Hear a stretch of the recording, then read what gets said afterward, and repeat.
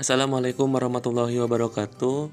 Saya Agung Alfani Azhar, NPM 2018-015-002444. Di sini saya akan mempresentasikan laporan konseling populasi khusus, yaitu tentang klien traumatik dalam kurung trauma pacaran.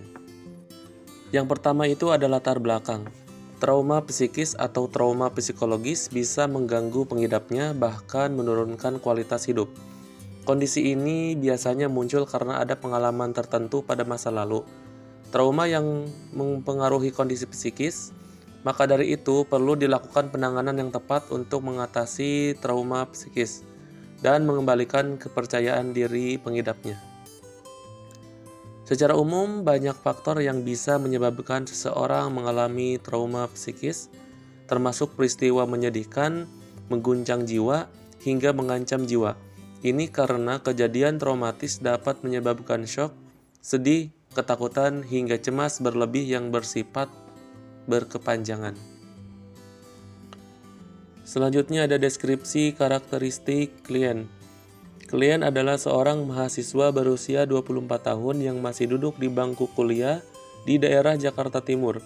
Kemudian klien memiliki tubuh tinggi, tidak gemuk dan tidak kurus atau ideal, dengan warna kulit sawo matang, dan klien juga tinggal di daerah Pasar Minggu, Jakarta Selatan. Lalu kegiatan sehari-hari klien adalah membantu orang tuanya berjualan di rumahnya, dan ketika sore, klien menjalankan kewajibannya sebagai mahasiswa. Awal mula klien tidak mau pacaran yaitu dikarenakan susah untuk membuka hati. Lalu alasan klien tidak mau pacaran adalah susah untuk membuka hati untuk perempuan, yang menyebabkan klien sering merasa tidak percaya diri ketika berkenalan dengan perempuan. Selain itu juga, klien pernah mengalami ditinggalkan oleh pacarnya tanpa alasan apapun. Lalu ada permasalahan yang sering muncul. Yang pertama, klien merasa tidak percaya diri. Yang kedua, klien selalu murung ketika di rumahnya, dalam kurung kamarnya. Yang ketiga, klien selalu merasa sedih. Lalu selanjutnya ada analisis kebutuhan klien. Yang pertama, klien membutuhkan ketenangan pikiran. Yang kedua, klien harus memiliki kegiatan yang padat agar ia bisa menetralkan pikirannya. Yang ketiga, klien membutuhkan teman yang bisa membawa ke arah yang positif. Lalu yang terakhir, klien membutuhkan masukan, dukungan, dan support oleh orang-orang di sekitarnya.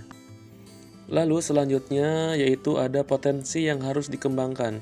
Melakukan kegiatan yang positif seperti membaca buku, membantu orang tua mengerjakan tugas kuliah, mengaji, jalan-jalan bersama sahabat atau orang tua.